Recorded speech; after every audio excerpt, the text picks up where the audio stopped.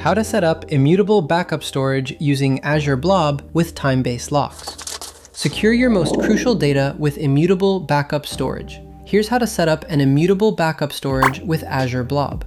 Before we begin, be sure to subscribe to NinjaOne's IT Video Hub and our YouTube channel for more tech content like this. What is an immutable backup storage? An immutable backup storage is a storage configuration that prevents backup data from being modified or deleted for a defined period. By storing data here, files cannot be deleted or modified, protecting backup data from ransomware, accidental deletion, and unauthorized modification. And setting up one can be done using Azure Blob and other tools in 3 easy steps.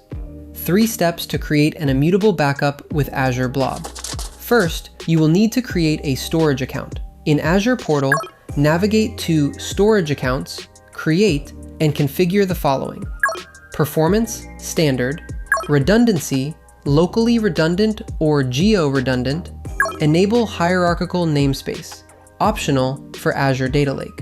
Then, navigate to Advanced Data Protection and enable Version Level Immutability Support and Blob Soft Delete. Blob Soft Delete is optional, but recommended for additional recovery protection. Complete the setup and provision the account. Next, create an immutable container using either Azure CLI or PowerShell. For Azure CLI, run the command shown on the screen. While for PowerShell, execute this command. And finally, upload your backup data to the protected container with either Azure CLI using this command, or AZ Copy tool with this command.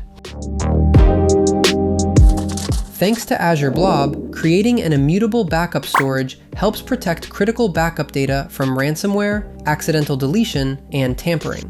For more information, check out our official blog post on how to set up immutable backup storage using Azure Blob, linked in the description below.